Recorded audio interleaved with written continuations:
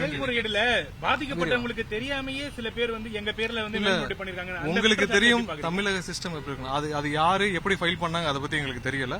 But இன்னைக்கு நிறைய அதுக்கான வீடியோஸ் ஒரு சில பேர் பேசி வந்திருக்கு.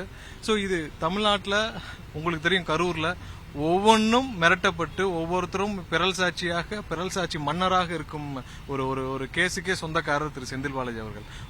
ஒரு கேஸ் அதனாலதான் அந்த கேஸ் வந்து சுப்ரீம் கோர்ட் போய் திரும்பவும் மறு விசாரணைக்கு வந்திருக்கிறது.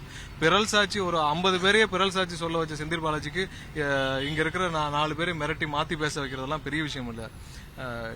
உங்களுக்கு தெரியும், இதை நான் வந்து விரிவா பேச வேண்டியது இல்ல. கண்டிப்பா சில நாட்கள்ல இதை பத்தி விரிவாக நம்ம பேசுவோம்.